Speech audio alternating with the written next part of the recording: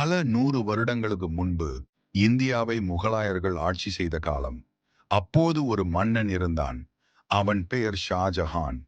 ஷாஜஹானுக்கு அவன் மனைவி மும்தாஜ் மீது மிகுந்த காதல். அவள் அவனுக்கு மனைவி மட்டுமில்லை, நண்பி, துணை, மனசுக்கு ஆறுதல் எல்லாமே அவள்தான். மும்தாஜ் கர்ப்பமாக இருந்தபோது 14வது குழந்தை பிறக்கும்போது அவள் உயிர் விட்டாள். அந்த ஒரு நாள் ஒரு மன்னன் மட்டும் அல்ல, ஒரு கணவன் முற்றிலும் உடைந்து விட்டான்.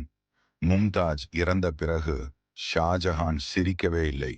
வெள்ளை உடைதான் அணிந்தார். அவளுடைய நினைவைத் தவிர அவருக்கு வேறு எதுவும் இல்லை. அப்போதுதான் அவர் ஒரு முடிவு எடுத்தார். இந்த உலகம் இருக்கும் வரைக்கும் என் மனைவியின் காதல் மறையக்கூடாது.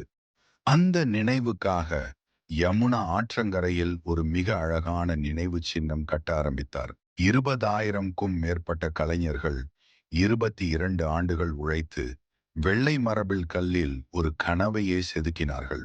அதுதான் தாஜ்மஹால். பகலில் பார்த்தால் அது தூய்மை, மாலையில் பார்த்தால் அமைதி, இரவிலோ சந்திரொளியில் பார்த்தால் அது ஒரு காதல் கதை போல தெரியும். தாஜ்மஹால் ஒரு அரண்மனை இல்லை, ஒரு கல்லு கட்டிடம் இல்லை.